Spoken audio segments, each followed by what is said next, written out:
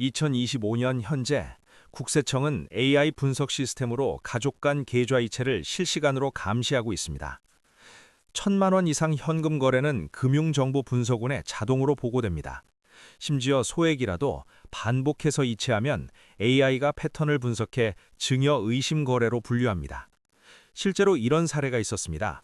어떤 분이 자녀에게 매달 80만 원씩 10년 동안 보내셨습니다. 그런데 누적 금액이 5천만 원을 넘어가는 순간 국세청에서 증여세를 추징했습니다. 하지만 걱정하지 마세요. 합법적으로 세금을 조리는 방법은 분명히 있습니다. 오늘 이 영상 하나로 증여, 매매, 상속의 모든 것을 정리해드리겠습니다. 많은 분들이 자주 실수하시는 함정과 최고의 절세 조합까지 알려드릴 테니 끝까지 들어주세요. 자, 이제 본격적으로 가족 간 재산을 이전하는 세 가지 방법을 비교해 보겠습니다. 첫 번째는 증여, 두 번째는 매매, 세 번째는 상속입니다. 하나씩 살펴보겠습니다. 증여란 살아있을 때 아무 대가 없이 재산을 주는 것을 말합니다. 현금이든 부동산이든 주식이든 공짜로 주면 모두 증여입니다. 다행히 가족에게 증여할 때는 일정 금액까지 세금을 내지 않아도 됩니다. 이걸 증여세 공제 한도라고 하고 10년 동안 합산해서 계산합니다. 배우자에게 증여할 때는 10년 동안 6억 원까지 세금이 없습니다. 성인 자녀에게는 5천만 원, 미성년 자녀에게는 2천만 원까지 공제됩니다. 손자녀에게도 성인은 5천만 원, 미성년자는 2천만 원까지 공제됩니다. 다만 손자녀에게 증여할 경우 세대 생략 할증 30%가 붙을 수 있으니 주의하셔야 합니다. 형제 자매나 기타 친족에게는 1,000만 원까지만 공제됩니다. 그리고 좋은 소식이 있습니다. 2024년 1월 1일부터 혼인 출산 증여 재산 공제가 새로 생겼습니다. 자녀가 결혼할 때 혼인신고일 전후 2년 이내에 증여하면 기존 5천만 원에 1억 원이 추가로 공제됩니다. 자녀가 아이를 낳았을 때도 출생일로부터 2년 이내에 증여하면 1억 원을 추가로 공제받을 수 있습니다. 즉, 결혼하는 자녀에게는 최대 1억 5천만 원까지 세금 없이 증여할 수 있고 양가 부모가 각각 증여하면 총 3억 원까지 비과세가 가능합니다. 다만 혼인공제와 출산공제는 중복되지 않고 평생 합쳐 1억 원 한도입니다. 공제 한도를 넘으면 증여세가 부과됩니다. 과세표준 1억 원 이하는 10%, 1억에서 5억은 20%, 5억에서 10억은 30%, 10억에서 30억은 40%, 30억 초과는 50%입니다. 그래서 공제 한도를 잘 활용하는 것이 중요합니다.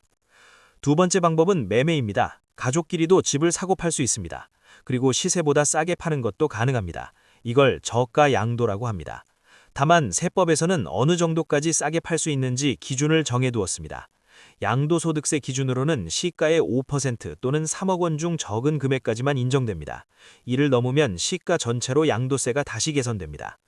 증여세 기준은 조금 더 넓습니다. 시가의 30% 또는 3억 원 중 적은 금액까지는 증여로 보지 않습니다. 예를 들어 시가 5억 원짜리 아파트가 있다고 해보겠습니다. 증여세 기준으로는 최대 3억 원까지 깎을 수 있으므로 7억 원의 자녀에게 팔면 증여세는 없습니다. 다만 양도소득세는 10억 원 기준으로 계산됩니다. 가족 간 매매에서는 반드시 세 가지를 지켜야 합니다. 첫째, 실제로 돈이 오가야 합니다. 둘째, 자녀의 자금 출처가 명확해야 합니다.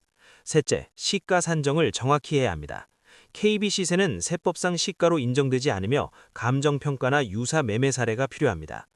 세 번째 방법은 상속입니다. 상속은 사망 후 재산이 가족에게 이전되는 것을 말합니다. 시기를 선택할 수 없지만 공제 금액이 매우 큽니다. 기초공제 2억 원이 기본으로 적용되고 일괄 공제를 선택하면 총 5억 원까지 공제받을 수 있습니다. 배우자 공제는 최소 5억 원에서 최대 3천만 원까지 가능합니다. 자녀 공제는 1인당 5천만 원입니다. 이 외에도 동거주택 공제와 금융재산 공제 등이 있습니다. 예를 들어 상속재산이 15억 원이고 배우자와 자녀 둘이 상속받는 경우 일괄 공제와 배우자 공제를 적용하면 과세표준은 5억 원이 되고 상속세는 약 9천만 원 정도입니다. 이제 세 가지 방법을 정리해 보겠습니다. 증여는 살아있을 때 무상으로 주는 방법으로 10년마다 공제가 리셋됩니다.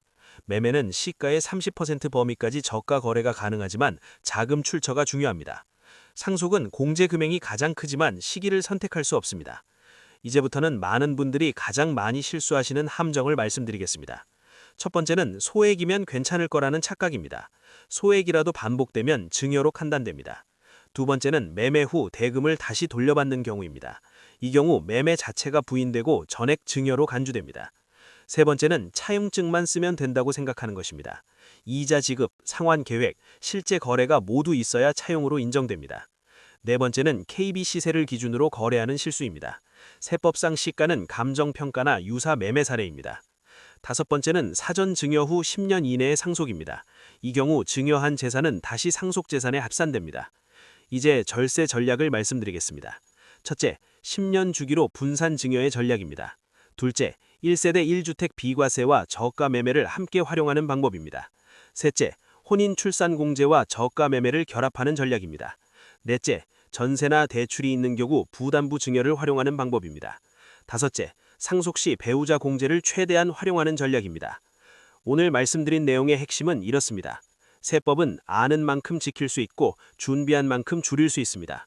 다만 오늘 내용은 일반적인 정보이므로 실제 거래 전에는 반드시 세무사나 변호사와 상담하시기 바랍니다.